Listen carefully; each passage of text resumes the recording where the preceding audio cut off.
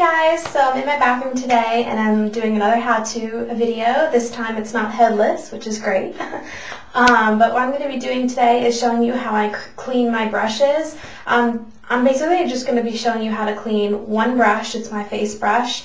But this goes for eye brushes, face brushes, any kind of brand, anything like that. So it applies to all the same things. So that's basically it, and here we go. I'll show you how to do that. Okay, so this is the brush we're going to be cleaning today, and this is my Bare Escentuals kabuki brush with a handle, and it's pretty dirty. I haven't washed it in a while, so it's going to have all my foundation in it, so it's going to need a deep cleaning.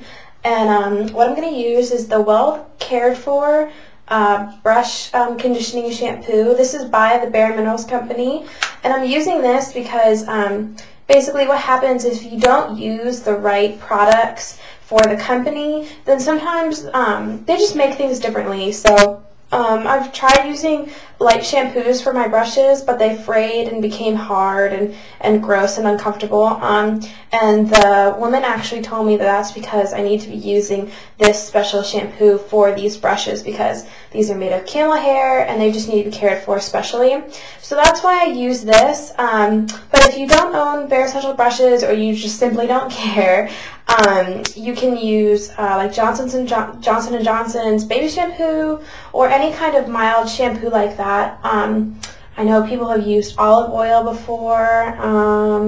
Trying to think of what else. Anything very mild that's not going to damage your brushes, because most of them are made of a type of hair, camel hair, rabbit hair, badger, fox. You know, many of them are made of a particular kind of animal hair, so they do need to be cared for. Well cared for. They need to be well cared for. So that's the story on that. But anything really will work in the end. So if you have MAC brushes or whatever, Johnson & Johnson's, and it's just going to be perfectly fine. So this is what we're going to do. The first thing we're going to do is take my brush and run it under the water. And just get it all wet, and I'm turning it, getting all wet.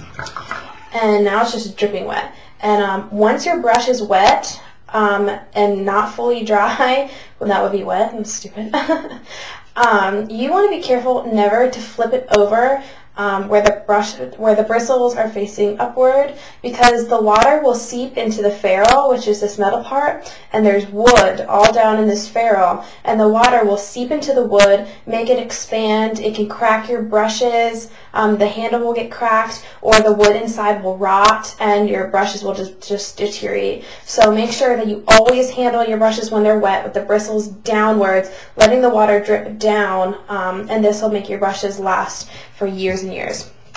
So I'm going to take my my shampoo, and I'm going to put just the tiniest amount in my hand. I mean, really tiny, like pea size, not even dime size. You really don't need a lot of this stuff. The same goes for shampoo, because it's going to lather like crazy. And what I'm doing is I'm in the palm of my hand, I'm just swirling the brush in a circular motion, and I'm just swirling it. And try and be gentle with your brushes. They are going to fray out a little bit when you're swirling them. That's okay. Just make sure you're not mashing your brushes, or your bristles are going to get damaged. It's just not going to be a very pretty sight. So as you might be able to tell, the lather in my hand is a foundation color. So I'm just going to wet my brushes a little bit and add actually just a touch more shampoo. I just find like I need a lot for this because these brushes get really dirty. So what you're looking for is a nice rich lather like this. And now you might be able to see it better that it's tan, like my foundation. And you basically just want to swirl in your hand and massage it in the bristles. Just really make sure that you're really deep cleaning it. You're really getting it in there, because these brushes, your face brushes, are the ones that usually get the most dirty, and your eye brushes can go, you know, without cleaning for a while, but your face brushes, you know, since you're wiping it around in oils and things all over your face every day, they need to be cleaned a lot. So once, you know, your brush is significantly lathered up, you can just start rinsing it with your hand. And just turn your brush and rinse it all the way through. And how I like to test if it's completely rinsed is, since I put product on the palm of my hand, there's still going to be some product left in there. So on the back of my hand, I'll swirl it in there, and you can see it's still lathering, which means there's still soap in the bristles. And you really don't want there to be soap in your bristles, and you don't want it to dry that way because, you know, it'll get all over your face, it'll dry out your bristles.